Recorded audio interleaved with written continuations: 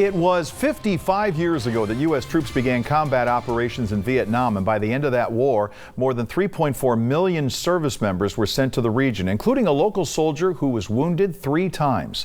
In this morning's A Veteran's Voice, Gilbert Martinez takes us back to Southeast Asia, a small-town kid who was forced to grow up in a hurry. These are my original dog tags that I issued when I went into the service. Okay. Gilbert Martinez graduated from Marvin High School in 1966 and knew he wanted to join the Army, so he tried to enlist. I wanted to try to get into medic field, and I was off about like 6 points. A couple of weeks later, I got a letter in the mail saying you were being drafted. 2 days before Thanksgiving, we shipped out to Vietnam. Gilbert was a foot soldier with the U.S. Army's 1st Infantry, the Big Red One, based out of Saigon. Trained as a rifleman, machine gunner, and part of a mortar team, his first assignment was less than glamorous. Carrying the ammo for the machine gun. I'm 5'5.5" if I tiptoe.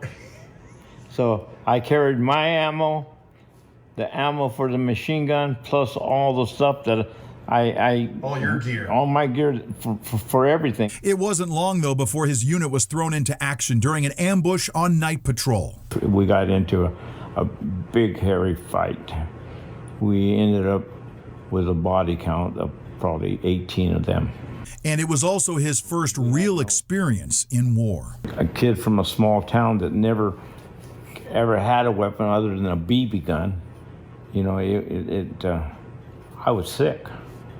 You know, because I'd never seen that many dead bodies in my whole life. In the spring of 1968, U.S. troops were moving further north. On April 1st, Martinez was on patrol when his unit was ambushed by North Vietnamese regulars, and it was no joke. I was shot, like I said.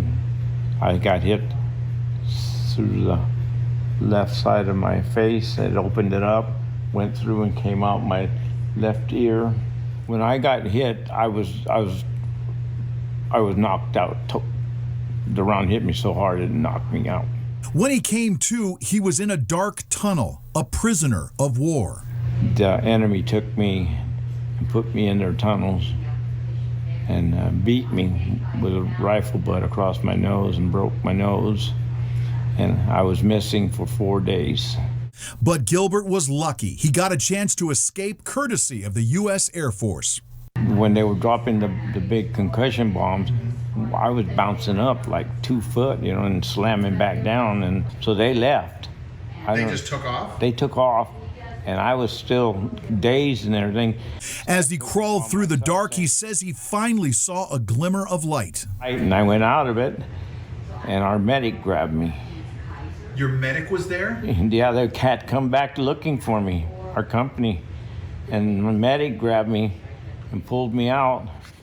This general, I don't know how many people got to meet him. I met him when I was when I got first shot. He came to the hospital there and pinned my first Purple Heart on me. Once he made it to the hospital, one of his first duties was to call his family, who thought he was dead.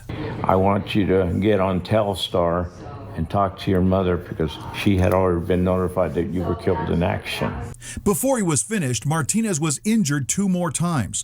He earned 3 Purple Hearts and numerous other awards during his time in the field. But he also brought something else home, a lot of guilt. After I shot him, I mean, just a split of a second, I said, God, please forgive me because I didn't want to do that, you know. Gilbert says it was a trip on honor flight that helped bring him closure and the friendship that he's developed with several other guys who call themselves the Rat Pack. Not to mention the love he says he feels from his hometown. We do live in a good community, and we do live with good people. He keeps some mementos in a small room in his home, including a flag from Pearl Harbor, another one from the U.S. Capitol, with room for one more.